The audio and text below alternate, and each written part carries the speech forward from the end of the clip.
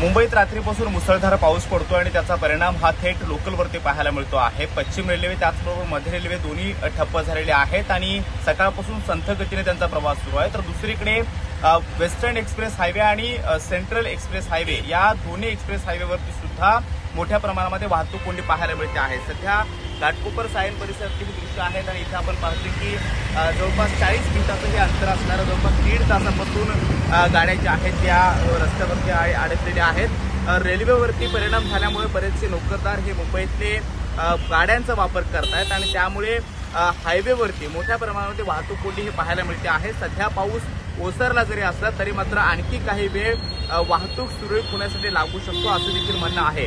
Railway आपण पाहतो की सायन असेल किंवा अनेक ठिकाणी जिथे रेल्वेचे ट्रॅक आहेत त्या ठिकाणी पाणी साचल्यामुळे बऱ्याच ठिकाणी पाणी साचलेलं होतं आणि त्यामुळे लोकल ही ठप्प झालेली होती। जवळपास 2 तास लोकल पूर्णपणे ठप्प झाल्यानंतर हळूहळू आता पूर्वपदावरती येताना पाहायला मिळते आहे। मात्र दोन्ही हायवेवरती वेस्टर्न एक्सप्रेस हायवे त्याचबरोबर सेंट्रल एक्सप्रेस हायवे जो आहे ईस्टर्न एक्सप्रेस हायवे तिथे सुद्धा मोठ्या प्रमाणामध्ये वाहतूक कोंडी जी आहे ती पाहायला मिळते आहे आणि त्यामुळे सध्या जरी पाऊस ओसरलेला असला तरी मात्र ही वाहतूक सुरळीत होण्यासाठी अजून तासाभराचा अवकाश लागू शकतो। मात्र आज दिवसभरामध्ये मोठ्या प्रमाणामध्ये मुसळधार पाऊस होऊ शकतो अशा पद्धतीचा अंदाज हा हवामान खात्यानं वर्तवलेला आहे आणि त्यामुळे पहिल्याच पावसामध्ये मुंबईत अनेक ठिकाणी सखल भागामध्ये पाणी साचल्याचं पाहायला मिळालेलं आहे। तर वाहतुकीवरती सुद्धा तितकाच मोठा परिणाम हा लोकल त्याचबरोबर रस्ते मार्गावरती सुद्धा पाहायला मिळतो आहे।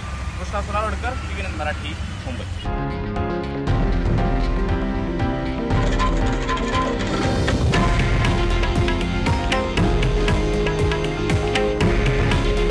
हे आहे देशातील नंबर 1 न्यूज नेटवर्क आणि आपण पाहत आहात TV9 मराठी। काळजी तुमची, हित महाराष्ट्राचं।